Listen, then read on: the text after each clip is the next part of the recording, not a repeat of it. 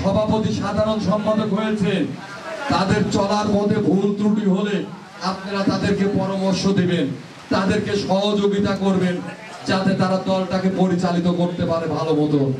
সেজন্য আমি আপনাদেরকে অনুরোধ করব, আপনারা সঠিকভাবে সঠিক নেতা নির্বাচনের মাধ্যমে আপনারা আজকে প্রমাণ করলেন কয়ননের মাটি বিএনপির ঘাটে, কয়ননের মাটি বেগম খালেদা জিয়ার ঘাটে, কয়ননের মাটি তারেক রহমানের ঘাটে, কয়ননের মাটি আনসার প্রামাণিকের ঘাটে। সেজন্য আপনারা আগামী নির্বাচনে, যে সংসদ নির্বাচন আসবে, ইউনিয়ন নির্বাচন আসবে, উপজেলার নির্বাচন আসবে, সকলে ঐক্যবদ্ধ থাকবেন তো?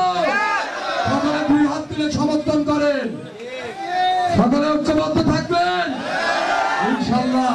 আলহামদুলিল্লাহ, কয়নবাসীকে